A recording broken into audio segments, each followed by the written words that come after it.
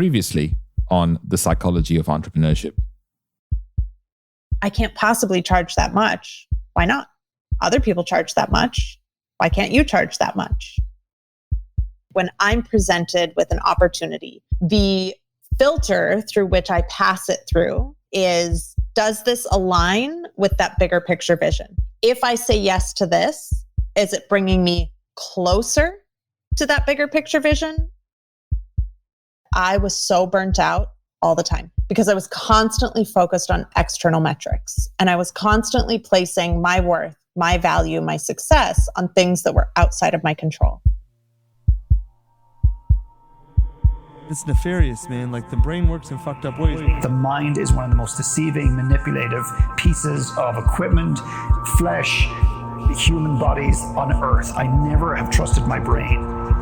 All of that weight lives in your head, and you are the decision maker. Psychology of Entrepreneurship. Hi, it's Ronsley.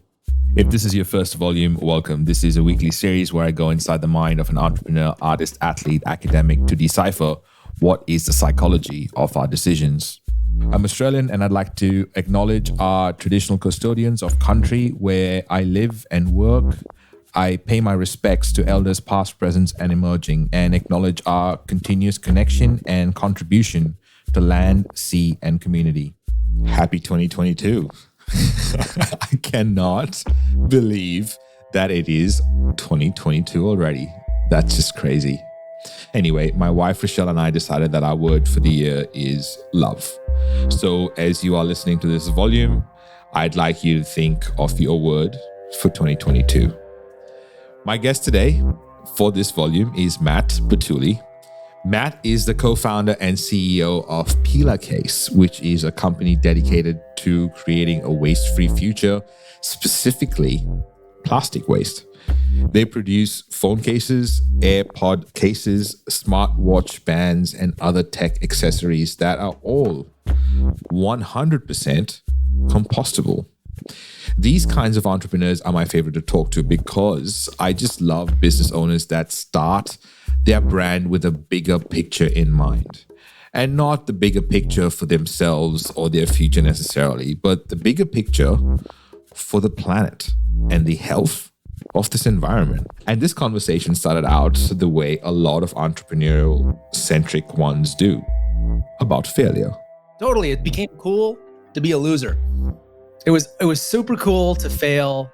And I mean, like, it is a good thing too, but I think it swung a little too far in that now you got a lot of people out there spouting off. There's all kinds of content and shit around failure. And I think it's just another form of hustle porn. Like, I love the culture it creates, like, so my family is mostly Italian and they're self-employed and they've built big business in Italy. And there are countries in Europe where failure is not celebrated in the way that it is in North America, right? In Canada and the US, like, if you're an entrepreneur, failure is celebrated, like, good for you. But in Europe, it's a shame thing. And like in Japan, it's a shame thing. And like, there's certain cultures where it's not at all true. And I kind of miss some of that too. Like, I like that they don't want to fail. And at the same time, I appreciate the Western side, which is like, they're willing to try insane shit because they're okay with failure. So somewhere in the middle is where you probably want to be. I just really don't like the setting out to, like, I'm going to learn a lot because I know I'm going to fail a lot. I'm like, I love that. Entrepreneurs have a failure muscle, and over time we can flex it a bit more and still overcome failure. I definitely feel like that's true for me and my journey. I'm not sure that the fear of failure ever goes away if the perspective we have is one of personal glory. If we want to look good, it's hard to ever fail. So if you don't know about my $478,000 of debt after my first business, here is a short summary. I had a business which was my passion, which is cooking. I had a restaurant. My first business was a restaurant. 3.5-4 years after operating it, one day the doors were shut and I had $478,000 of debt. That's a long story short that I really learned to become the entrepreneur from that point because I was 3 months married to my beautiful wife, Rochelle, and I had to pay all this debt back. And here's the, I suppose, best part of the story is that that debt got paid back in 2 years and 1 month. But what I learned in those 2 years and 1 month, I could not pay another $500,000 to learn from a university. But more about this failure muscle from Matt. Yeah, I mean, capacity is definitely the way to think of it, right? So like, do you want it? Do you have capacity for it? Like, that's definitely a big part of being an entrepreneur. And I think over time, it's a muscle. Like I was talking to my personal trainer about this yesterday when I was there, and he's asking me like, where do I feel stress? And my comment back to him was like, I don't know. Like I'm so like, I've got such a high tolerance for it now that like my naturopath does not, like, I have to take a supplement to feel stress. Like it's just because, there are periods of time when you are in like the business building mode where like you are so high stress that you forget it. And I think you just create muscle and you get comfortable with it. I'm with you though. I don't think that makes you a risk taker. I actually think I'm in the camp that most great entrepreneurs are risk adverse. Like they're super risk calculated. And there's enough great stories out there that would probably back that up, from the Richard Bransons of the world all the way down. The best story I can give on this would be like the company I'm building now, right? Pela. I'm trying to create a waste-free future. So like when people ask me what I do, I'm like, well, we're the Tesla, but for waste. And people are like, well, that sounds really big. I'm trying to make something really, really big and really, really impactful. And inevitably you get to this whole point, like that sounds really risky. The honest truth is like, yes, it definitely is. But here's the thing that you're not going to hear very often. I'm only doing that. Like if I'm being brutally honest here, I am only taking what seems like a big risk because I have a massive safety net, and that I've already sold one company. My partner has already sold one company. If this thing fails, I don't lose my house. I don't starve my family. Like none of that changes. And that's not talked about enough. Like when you look at these big name entrepreneurs and the crazy shit that they seem to do, they seem to take on the world, right? And the reality is that if they fail, they don't care. Their ego cares, but it doesn't mean they're on the street. That's quite a point. Perhaps your failure muscle is strong because you know you'll be okay if you fall. If you don't have the kind of safety net Matt has, it's much scarier, right? I don't know. I think some entrepreneurs make insane risks while having almost nothing to fall back on. The go big or go home mentality, I suppose. Or thinking you have nothing left to lose, so why not go for it, Matt? Definitely, man. This is the thing. Like I believe that if you were born in, like I was born in Canada, I was raised in Canada, I have very little excuse. Like there's a lot of safety nets here, even from a government perspective. Like we have safety nets, and a lot of countries don't have that.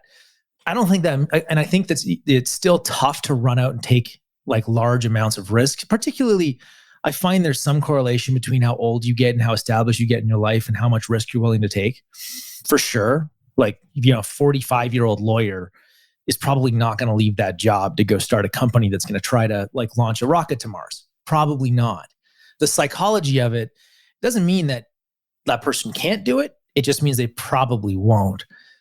And I think that risk and stress and capacity, like when I think about it, it's usually I can create it, but I can only create so much of it based on how much tolerance for stress I have in my life or my relationship, right? So like that muscle is limited by not just like my own personal variables. Like I think about people around me, and like I've got a kid, and there's only so much risk I'm willing to take. Starting small is a philosophy that is eventually becoming a serious driving force for most startups to succeed today. For example, Mark Zuckerberg started Facebook from the Harvard dormitory. Yet, one would assume that Facebook started big based on its current muscle in the social media industry. 17 years down the road, Facebook has about 2.8 billion users and a market value worth over $500 billion. Successful companies like Apple, Amazon, and Starbucks all have a humble story of their beginning. At this point, Matt started talking about how entrepreneurs tend to idolize. Honest to God, man, like I don't really even go in the rooms where I see like an Elon Musk. Like honestly, and like the average entrepreneur, like unless you are setting out to solve a massive global problem that is going to be at that scale, what do you think you're going to learn from him? Like, what is Elon Musk going to teach you that's relevant in your life? If you're a billionaire and you are trying to launch rockets, dude, it's a great guy to talk to. I mean, I'm trying to solve a massive problem and I'm like, I don't know, man. I think I would rather talk to somebody who is like, maybe 2 steps ahead of where I am now, not 2 million steps ahead of where I want to be, like to the place that I want to get to. We idolize a lot of entrepreneurs. Well, not idolize, but like they get a ton of airtime because they're great PR people.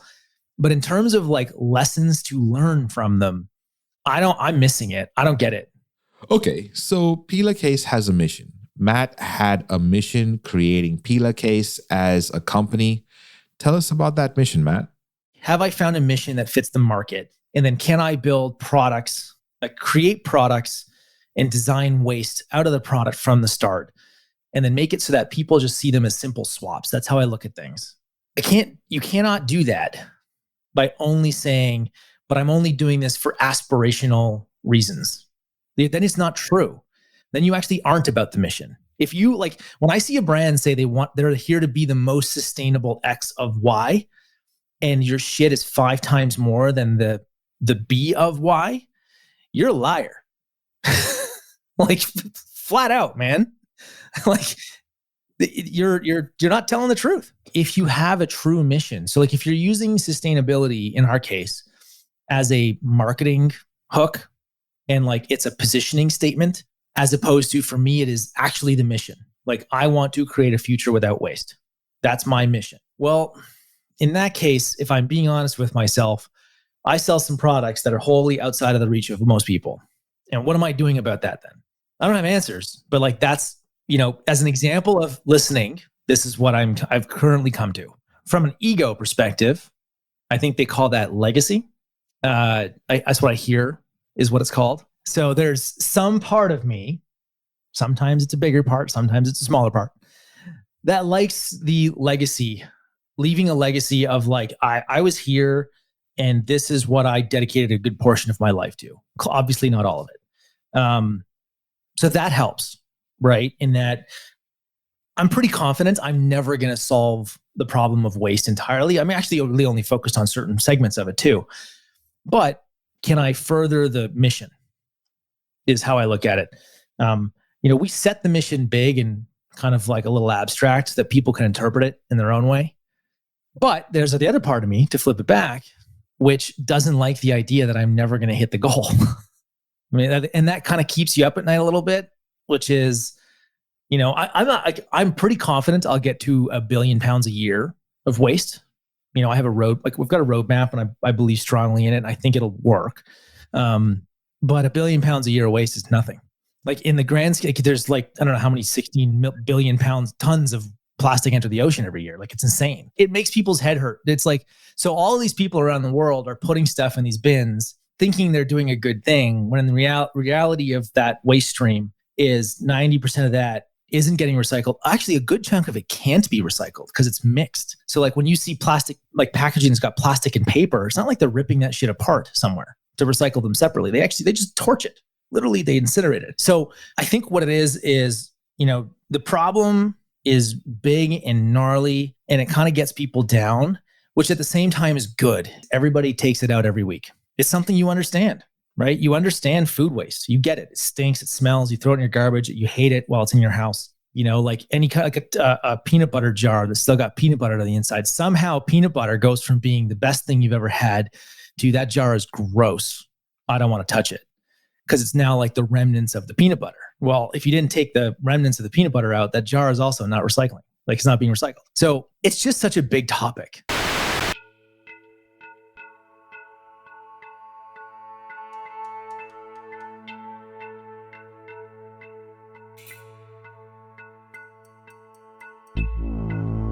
When we come back, creating a waste-free future. Psychology of Entrepreneurship. Our aim with this audio documentary has always been to build a strong community of entrepreneurs and creatives to provide a space where they can use their voice to share their authenticity with the world. As a valued listener, your voice matters too. We love to hear your feedback and ideas, so don't be shy to let us know how we're doing in the ratings and comments. If you have a message for our production team or know someone who would be a perfect fit as a guest, you can find out more information on how to share your input at psychologyofentrepreneurship.com. All right. Before Matt tells us more about his amazing mission to create a waste-free future, let's get a little perspective on this plastic problem. The next piece is from CNBC on the role plastics play in waste. It's true. Since the 1950s, humans have produced about 8.3 billion metric tons of plastic. Every year, 8 million metric tons end up in the ocean. Globally, only 9% of plastics are recycled. And with the coronavirus crisis, we're relying on single-use plastics now more than ever, from masks and gloves to takeout containers. But it's not just a waste problem. Plastics and fossil fuels are inextricably linked. Both the production and the disposal of plastic is a major climate change issue. Plastic's mostly made from chemicals and ethane, which is a byproduct of hydrofracking. And as the world tries to move away from fossil fuels, oil and gas companies are increasingly relying on plastics to make money. The rise of electric vehicles will mean that the oil demand from the transportation sector will diminish as we go through the next 15, 20 years. And so when those companies look for their growth drivers, they're looking at petrochemicals. And petrochemicals mostly means plastic. All right, Matt, give us more perspective. No, it's massive. There's a documentary that actually just came out called Kiss the Ground. And it talks about compost. And actually talks about soil and the importance of soil, particularly in the fight against carbon and climate change, which is very real and very much a problem. The word crisis, I can debate about the misuse of that, but food waste in America, like North America, I'm Canadian, I'm going to lump Canada in with the US. I mean, we throw away like half of all of our food, like half, just like we discard it. And then I think the majority of that like a good chunk of that just goes to landfill, as in totally useless. So the fun thing about food waste is it could actually be the key to solving a lot of carbon capture. And that, like, the movie it does a really good job of telling story about the power of soil, right? I highly suggest checking out the trailer for Kiss the Ground on YouTube. I just did, and wow.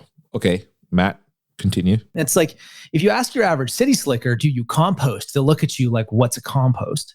You ask the average farmer or rural liver, they might have, like most people in my neighborhood here in the interior of British Columbia, they have a backyard compost. But a lot of people don't even know that this is a thing. So what Pela is doing, we're going to be releasing kind of like the teaser for what we're about to launch on April 22nd.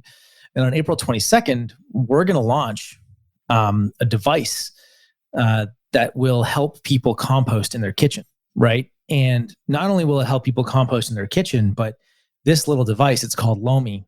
Lomi is the world's first, not the world's first kitchen composter. There's been a couple of those, but we've designed a machine that will not only compost your food waste, it will also eat bioplastics and compostable plastics, right? So like you could take your food scraps from dinner, throw it in Lomi, which looks like call it a small, really beautiful looking Apple design garbage can that sits on your counter. Scrape your food waste in there, throw in one of my phone cases or any product that is, we'll actually test a ton of them. So like think of like little coffee pods that are compostable. Throw that in Lomi with your food waste, start it at night like a dishwasher, and the next morning you will have dirt, right? And then we've got additives that we've created where you put it in with the stuff and it will come out usable dirt, which then you could throw in a garden and grow tomatoes or flowers. And it's important because if we can make it super easy for people, right, then they have incentive to use it. And the reason I like food waste is it's gross. And because it's gross, people want to solve it. Like even if you have a compost bin in your house, like those little green bins Like we have them in several cities in North America where you scrape your food waste in that. And then once a week they come and they pick up the green bin waste. Well, the problem with the green bins is they stink. They're disgusting. Nobody likes taking them out. Like the whole thing is just gross. Well, make it better, right? So like if you were throwing out dirt, you would be much more likely to participate in the system. And then can you make it so that like you actually build incentive around it? According to plasticoceans.org, we are producing over 380 million tons of plastic every year. And some reports indicate that up to 50% of that is for single-use purposes, utilized for just a few moments, but on the planet for at least several hundred years. It is estimated that more than 10 million tons of plastic is dumped into our oceans every year. I don't know a whole lot about the recycling or waste situation in America. Well, sure, I know some, but we tend to pay more attention to the problems of where we live, right? I think that's just human nature. So what can you tell me about Australia, Matt? What's going on in Brisbane from a plastic waste perspective? So Brisbane pays, I don't know how big Brisbane is, but like I'll tell you, they pay a shitload of money every year to haul waste away from people's houses. Like a lot. It's a big industry. If a significant portion of that waste is food and food scraps, which is the heaviest of all the waste, it's heavy as hell. Like if you got a garbage bag that's mostly old food, you know how heavy that is, right? Imagine if instead you were taking the output of Lomi, which would be half the size and half the weight of what you would typically throw away, and that's what you sent away to get composted. Well, Brisbane's waste management bill just got cut in half, because they're hauling away half as much stuff. Not only that, but they're also hauling away like food that's been processed into the beginnings of compost. And compost is an important part of rebuilding soil. And if you rebuild soil, you actually just solve a significant chunk of carbon capture. So in essence, Lomi could actually be one of the biggest carbon capture inventions in the next however many years. And it's just going to sit in people's kitchens. You just distribute the load. Instead of saying like we need to build some big machine or big something that does it. It just comes down to dirt. So we've been working on it for a couple of years, and we're at the point now where we're like, okay, let's crowdfund this thing. Let's get it out there. And it's like it's designed, it works, it freaking works beautifully well. And it's because it can also eat bioplastics. Here's the extra level up insanity of the whole thing. The world is not moving to bioplastics. It's a big category of materials that would replace traditional plastics that can biodegrade or can compost in the right environment. The problem is the right environment, those right environments don't exist at large scale yet, right? So the infrastructure doesn't exist for like all of your toothpaste tubes and stuff to be made out of the same things that a Pela case is. Well, if every house has a Lomi device, then the infrastructure absolutely exists. It means if your toothpaste tube is made out of a compostable polymer or elastomer or some kind of resin that was designed to gracefully end, and you put it in Lomi and you kind of got it broken down, then it could go away to a commercial composter, or you can break it down in Lomi fully or throw it in a compost. We're basically accelerating that process, which then means all these big CPG companies that are responsible for producing the most plastic in the world can adopt bioplastics because there actually is infrastructure. It just wasn't us asking cities and countries to build big commercial facilities. All I'm saying is put it in people's kitchens. Make another dishwasher that just happens to get rid of waste. Psychology of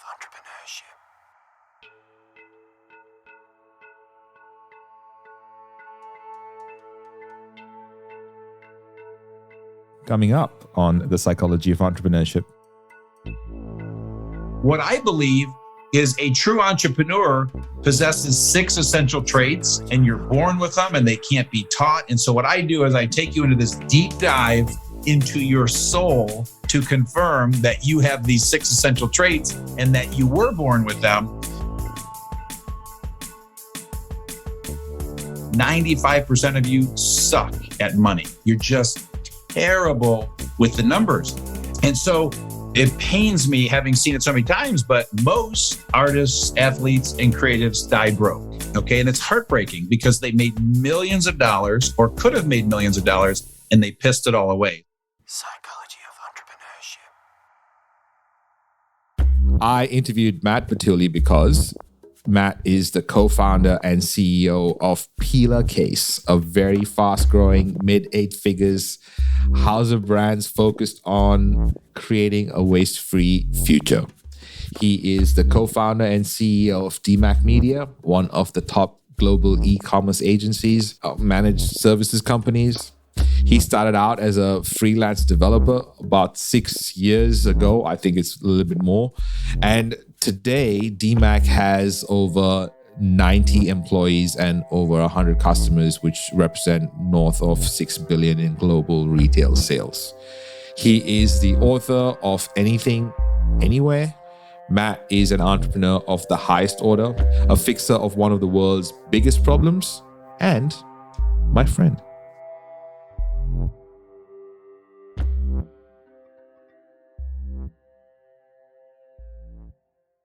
Psychology of Entrepreneurship. This is a Must Amplify production. Special thanks to every guest expert that has appeared on the show. Editing, sound design, and voiceovers by Tiago Vega, Kelly Bonnyman, and Paula Vega. Produced and hosted by me, Ronsley Vaz. For more episodes and where to listen, please go to psychologyofentrepreneurship.com.